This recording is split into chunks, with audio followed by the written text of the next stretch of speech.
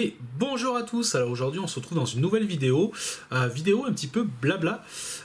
Pourquoi? Parce que c'est vrai que ça fait l'année un petit peu passée, j'ai pas fait le bilan de 2022 pour l'entreprise, donc du coup je me suis dit là j'avais un petit peu de temps, on est en fin de journée, je me suis dit on va refaire un petit peu rapidement le petit bilan 2022 et du coup 2023 par la même occasion. Donc pour 2022, ça a été l'année un petit peu galère. Vous l'avez vu sur certaines des vidéos que j'avais sorties assez spécifiques sur quelques situations que j'avais eues. La première, c'était donc l'usurpation d'identité de l'entreprise. Donc ça, j'avais fait une vidéo dédiée, donc à savoir que ça a été entièrement réglé, mais du coup, j'ai dû me débrouiller. Donc ça, comme je vous dis, vidéo qui avait été entièrement dédiée à ça. J'avais aussi mon compte pub Facebook qui avait été piraté, donc avec des pubs qui étaient postées à mon insu. Là-dessus, j'ai pas trop compris parce que je fais plutôt gaffe sur Facebook, j'ai la double authentification et ça a vraiment touché que le compte pub qui fait partie donc de la suite business de Facebook et le reste n'a pas du tout été touché. Donc c'est vrai que c'était assez bizarre, j'ai pas trop compris pourquoi, parce que j'ai pas eu automatiquement de répercussions en dehors du compte pub. Donc actuellement, je l'ai désactivé, j'ai pas bataillé plus que ça. Eux ont quand même assez bien réagi. Je m'étais mis en contact avec le support technique de Facebook. Ils ont pu voir l'origine de cette connexion supplémentaire et ils ont pu virer la personne. Donc du coup, même là, s'il n'y a plus les paiements en route, j'ai pas eu non plus de soucis. Après, c'est pas la fonctionnalité qui me manque le plus actuellement. Mais voilà, ça m'a permis de régler le souci. J'avais eu 2 ou 3 tentatives aussi d'intrusion sur le site internet. Ça, pour la peine, j'ai pu le gérer moi. Il faut savoir, donc moi j'ai le site internet chez O2 Switch. Donc c'est un site WordPress que j'héberge dessus, sur lequel j'ai totalement la main. Donc là-dessus, ça me permet de voir les connexions entrantes et de pouvoir au fur et à mesure les supprimer, ou mettre certaines règles au niveau des adresses. Donc je fais des blacklists au fur et à mesure, tellement que j'en ai fait que je m'étais même blacklisté moi-même. Sur les connexions entrantes, j'avais pas fait gaffe, j'avais oublié de vérifier mon IP et en fait heureusement j'ai pu après me reconnecter avec mon téléphone vu que ça passait par une autre IP pour aller me remettre dans la liste. Donc voilà, après c'est vrai que c'est dommage, ce qui serait pas mal, ça serait que je puisse laisser rentrer que mon adresse IP. Le problème c'est que comme vous le savez, on n'a pas vraiment d'IP fixe, donc pour l'instant j'ai laissé comme ça. Mais voilà, ça a été un petit peu la galère. Il y avait eu le compte YouTube aussi en parallèle qui avait été piraté. Donc 2022, ça a été la bonne année des galères. J'ai dû batailler avec tout ça. 2023, aucun souci à ce niveau-là. Franchement, j'ai pas eu de problème à part un petit souci avec la carte bleue de l'entreprise. Mais là, clairement, c'était ma faute. C'est en commandant du matériel, je me suis fait avoir sur un des fournisseurs en fait, tout simplement. Je pense que le numéro de carte a fuité comme ça. Mais bon, ça c'est pareil, ça a été vite réglé, c'est un tout petit montant, hein. Franchement, on parlait de 20€, je m'en suis vite rendu compte, donc ça a été vite réglé. Mais à ce niveau-là, donc cette année, ça a été quand même un peu plus tranquille. J'espère que ça va finir tranquille comme ça. Sinon, au niveau du boulot, à part ça, 2022, ça a été, franchement, j'ai poursuivi, le chiffre d'affaires était monté, avait continué à monter un petit peu. Là, sur cette année, je commence à arriver un petit peu dans les clous, mais j'ai un petit peu de retard. On verra ce que vont donner donc le mois de novembre et de décembre, voir si j'arrive à rattraper le chiffre de l'année dernière. Mais j'avoue que ça va être un petit peu difficile.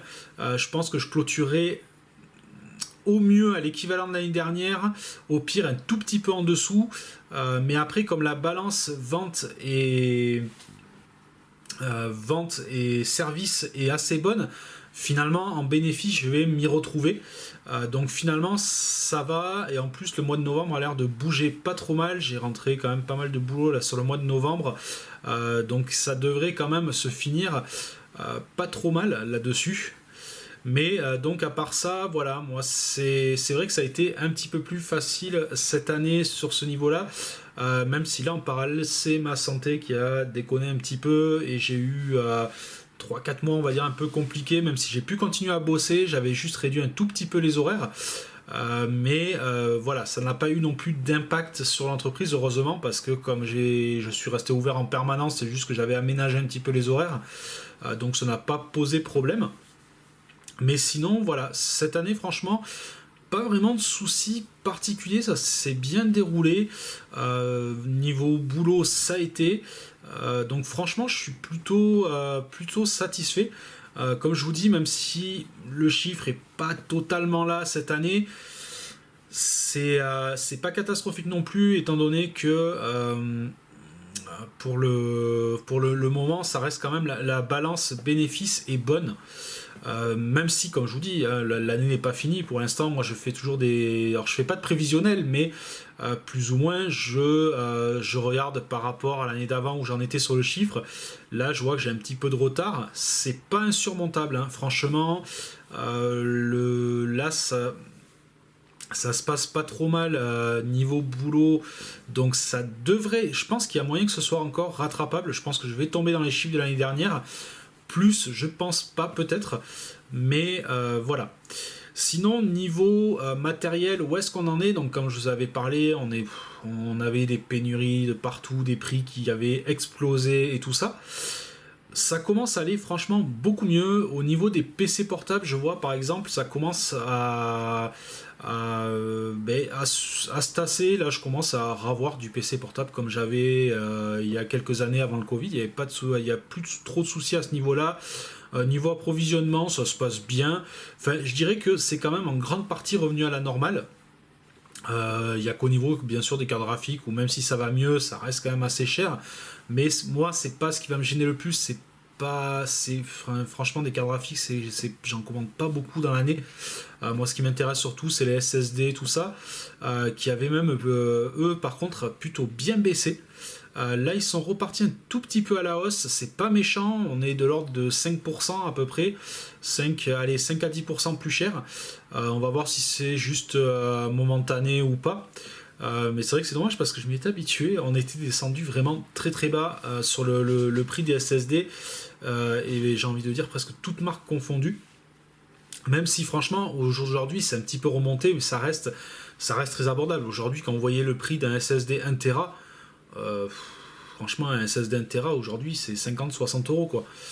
C'est devenu super abordable. Donc là-dessus, c'est vrai que c'est pas mal.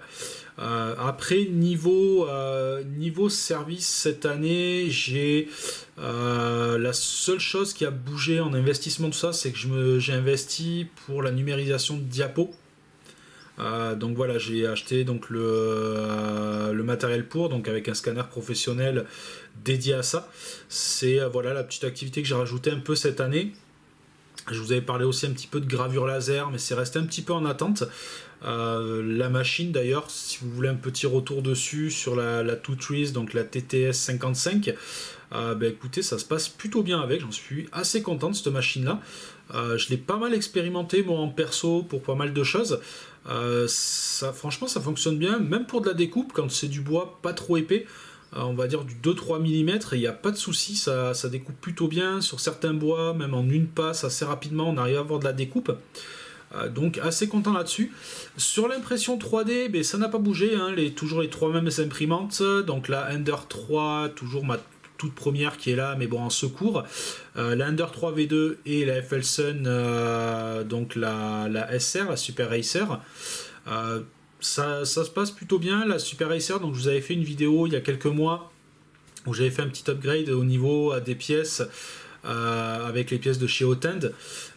Ça, franchement, pas eu trop de soucis particuliers. J'ai eu quelques bouchages il n'y a pas très longtemps et finalement qui ont disparu d'eux-mêmes. J'avais tout redémonté, tout nettoyé, j'arrivais pas à me débarrasser, même avec plusieurs filaments, je bouchais dès que j'augmentais un tout petit peu la vitesse. Et finalement, ça a fini par disparaître. Donc, je sais pas trop. Là, franchement, je sais pas trop. Mais sinon, j'en suis à 1200 heures dessus. et franchement j'en suis toujours aussi content de cette imprimante là. Et je pense même, j'hésite actuellement justement à virer mes deux autres Ender, bien que j'ai pas de souci avec, hein, la Ender 3 V2, celle-ci par contre m'a causé strictement aucun problème. Ça fait depuis les soucis que j'avais eu donc de changement de carte mère, franchement tout se passe très très bien, j'ai plus aucun souci avec. Et franchement, j'hésite quand même à enlever les deux Under 3 pour partir sur une deuxième FL Sun, mais toujours une Super Racer. Hein. Je n'ai pas forcément besoin d'aller vers la V400 pour ce que je fais. Mais pour avoir les deux mêmes imprimantes, avoir donc les pièces détachées en commun, ce que j'avais fait au départ avec les Ender, et surtout pour la rapidité, parce que c'est vrai que la Ender 3 V2, ça se passe, c'est franchement une imprimante qui fonctionne très bien, mais c'est sûr que quand on s'est habitué à la vitesse de la Super Racer, automatiquement là, c'est vrai qu'on s'y habitue vite. Donc voilà sur le point un petit peu impression 3D, et sur le reste, ça suit toujours son cours. Au niveau des dépannages, on est toujours un petit peu dans la même chose, hein, ça n'a pas trop changé.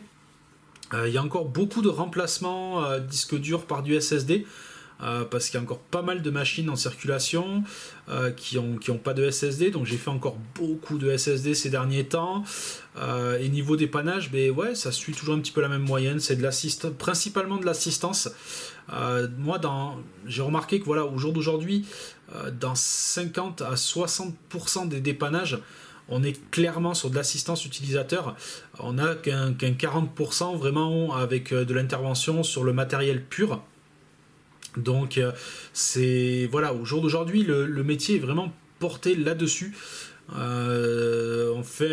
pas qu'on fasse moins de matériel, mais c'est que ça devient plus compliqué parce qu'aujourd'hui c'est, comme je l'ai toujours dit, c'est 80 à 90% de PC portables.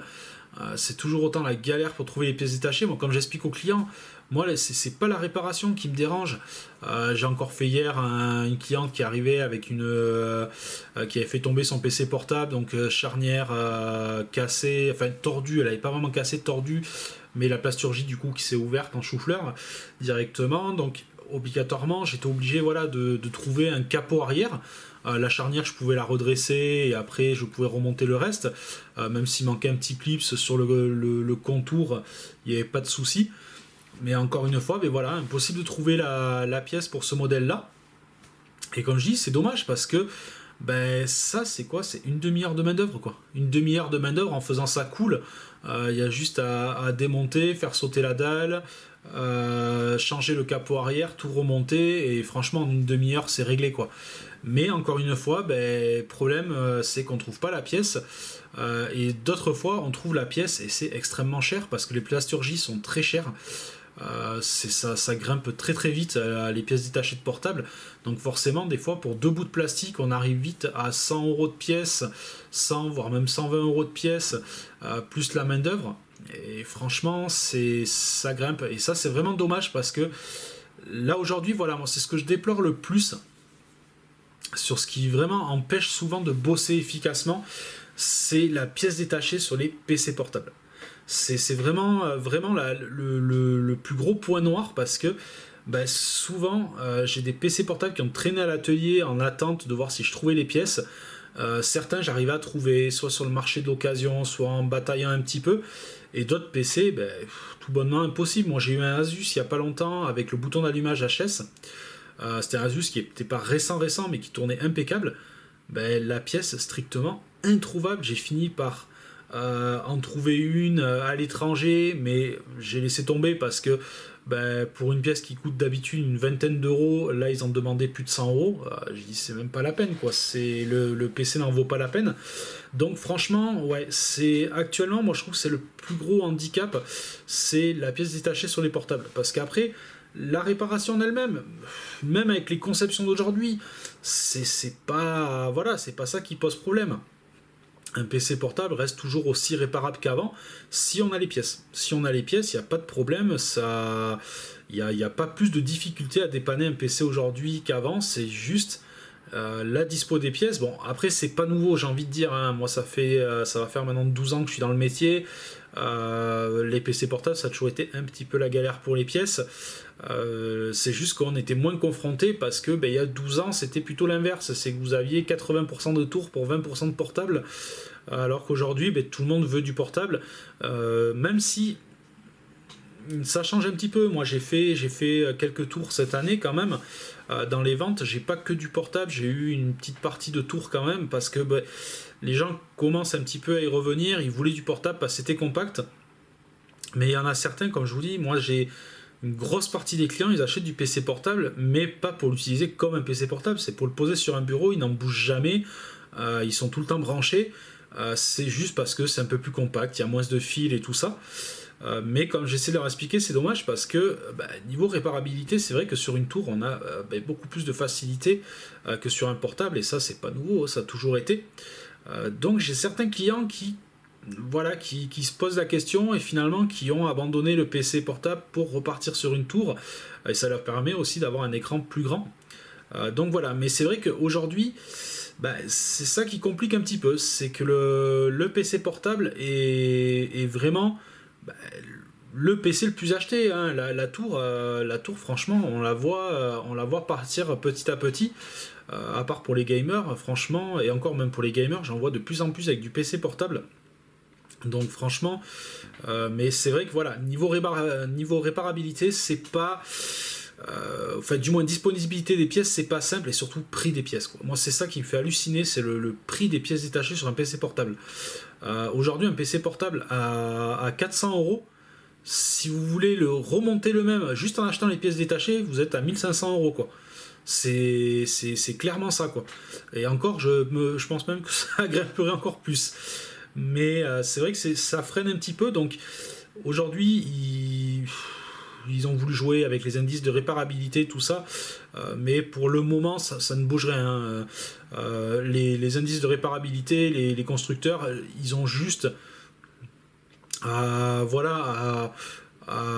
noter que grossièrement, ouais, la disponibilité des pièces est de temps de temps, c'est ça qui leur fait monter un peu le score, mais c'est bidon parce que pièces dont on n'a pas forcément accès ou accès en hors de prix. Donc là-dessus, ouais, c'est ce qui freine un petit peu parce que franchement, on pourrait réparer plus. Même si franchement, j'ai pas eu trop à faire à des remplacements. Je trouve que j'ai quand même un bon taux de réparation ces derniers temps. J'ai pas eu trop de fois à passer par la case remplacement du PC.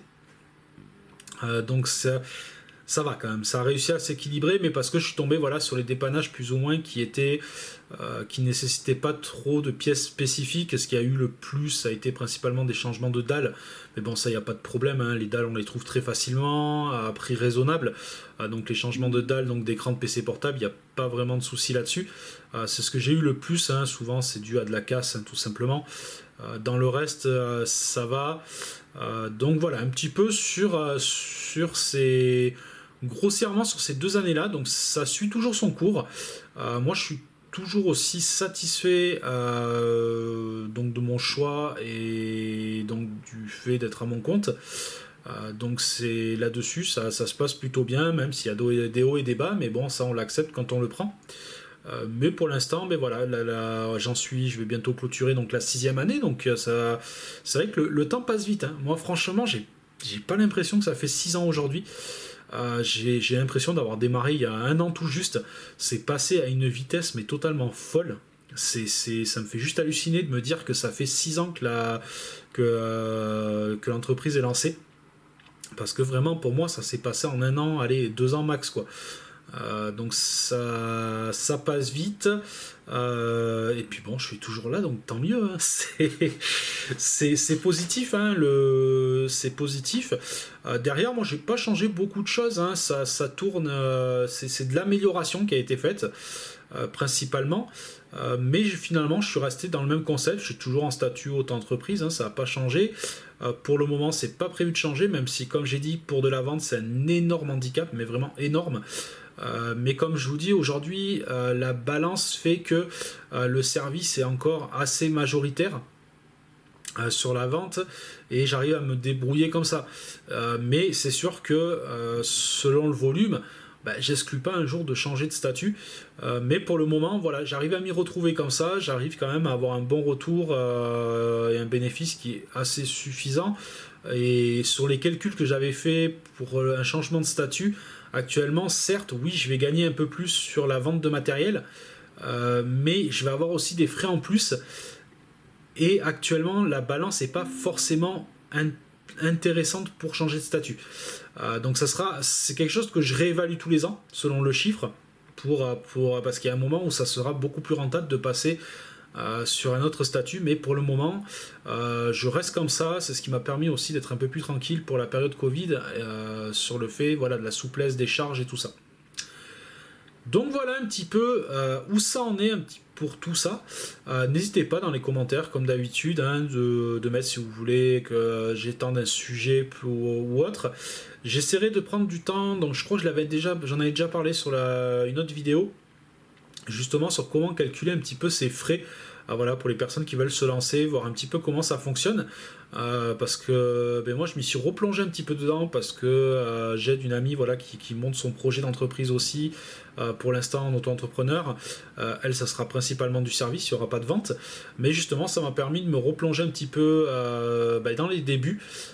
Et justement je vais utiliser un petit peu ce contenu là pour justement ramener quelques éléments supplémentaires. Donc j'ai déjà préparé un petit tableau Excel très très très simplifié, hein, mais qui permet justement de pouvoir calculer un petit peu les frais d'une entreprise et grossièrement combien on doit rentrer pour que ce soit rentable. Donc vous verrez, c'est l'avantage de la micro-entreprise, ça se calcule assez facilement. Il suffit de manipuler un peu les pourcentages et c'est à peu près tout. Donc voilà. Donc je vais m'arrêter là pour cette vidéo là qui commence à être assez longue. Mais c'est toujours le but sur les vidéos blabla. Mais voilà un petit peu sur du coup un condensé, on va dire, des 2 dernières années, vu que je n'ai pas fait le bilan de 2022. Donc on fait un petit condensé. S'il y a des choses, voilà, qui viennent à bouger d'ici la fin de l'année, j'en referai peut-être en début d'année prochaine un petit bilan, peut-être pour vous dire un petit peu au niveau du chiffre si ça s'est bien passé ou pas, si les 2 derniers mois se sont bien passés. Donc ça sera un petit bilan, juste voilà, un petit apport à cette vidéo là. Et donc j'essaierai de vous faire donc la vidéo sur le calcul des tarifs d'une entreprise. N'hésitez pas, comme d'habitude, à poser, voilà, des questions sur donc ce que vous souhaiteriez savoir, donc surtout sur l'auto-entreprise, hein. Sur le reste je ne vais pas trop m'avancer, mais sur l'auto-entreprise n'hésitez pas. J'avais déjà fait une vidéo, je crois que c'était l'année dernière ou il y a 2 ans, justement sur des questions qui m'avaient été posées sur la micro-entreprise, et j'en avais fait justement une vidéo pour y répondre plutôt qu'ils répondent bêtement par mail. J'avais préféré faire ça pour vraiment en faire partager tout le monde, parce qu'il y avait des questions qui étaient super intéressantes. Et donc n'hésitez pas, si vous avez besoin, j'essaierai. Après je connais pas tout non plus, hein, mais voilà, j'essaierai d'y répondre. Donc ça peut être autre que l'informatique, hein. C'est vrai que moi, même si je suis en projet informatique, j'ai vu que sur la micro-entreprise, c'est principalement dans l'informatique qu'on pose des questions, mais n'hésitez pas dans d'autres domaines, parce que plus ou moins la méthode de calcul et la méthode de travail restent la même. Donc ça peut être dans autre chose que de l'informatique, ça peut être vraiment dans la micro-entreprise en général. On n'est pas obligé forcément de se baser là-dessus. D'ailleurs, je vais faire justement une vidéo, je pense, dédiée pour justement montrer que sur la micro-entreprise, je peux aussi partir sur différents domaines que l'informatique. Donc j'en ferai peut-être une petite vidéo dédiée justement pour essayer de montrer que je ne suis pas catalogué que là-dedans, que dans l'informatique, étant donné que justement moi je suis en train de faire pour une amie qui est dans quelque chose qui n'a rien à voir avec l'informatique, mais le principe reste tout à fait le même. C'est juste qu'on réadapte un petit peu certains frais qui vont changer par rapport à une activité à une autre, mais grossièrement on va s'y retrouver quand même. Donc voilà, allez, comme d'habitude, n'hésitez pas dans les commentaires, hein, comme je le dis toujours, hein, n'hésitez pas pour les questions. Alors, je refais juste rapidement une petite aparté.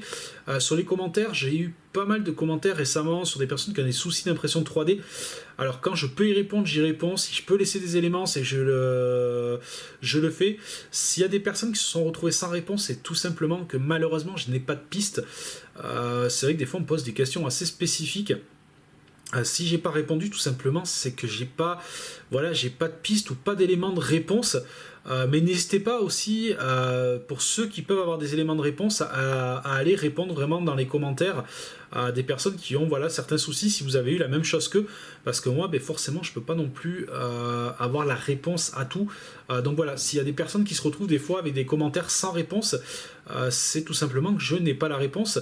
Pourtant, moi je lis tous les commentaires, tout simplement parce que c'est une petite chaîne, il n'y a pas 200 commentaires par jour, donc c'est assez facile pour moi de faire un petit tour tous les 2 jours.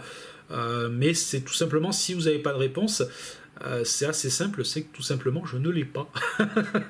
Donc voilà, allez, on se retrouvera dans de prochaines vidéos. Dès que j'ai un petit peu de temps, j'essaie de vous faire donc sur les tarifs, et comme je vous dis, une vidéo un peu plus généraliste pour montrer que sur la micro-entreprise, je peux aller plus loin que sur l'informatique. Allez, sur ce, je vous dis à une prochaine vidéo. Ciao, ciao.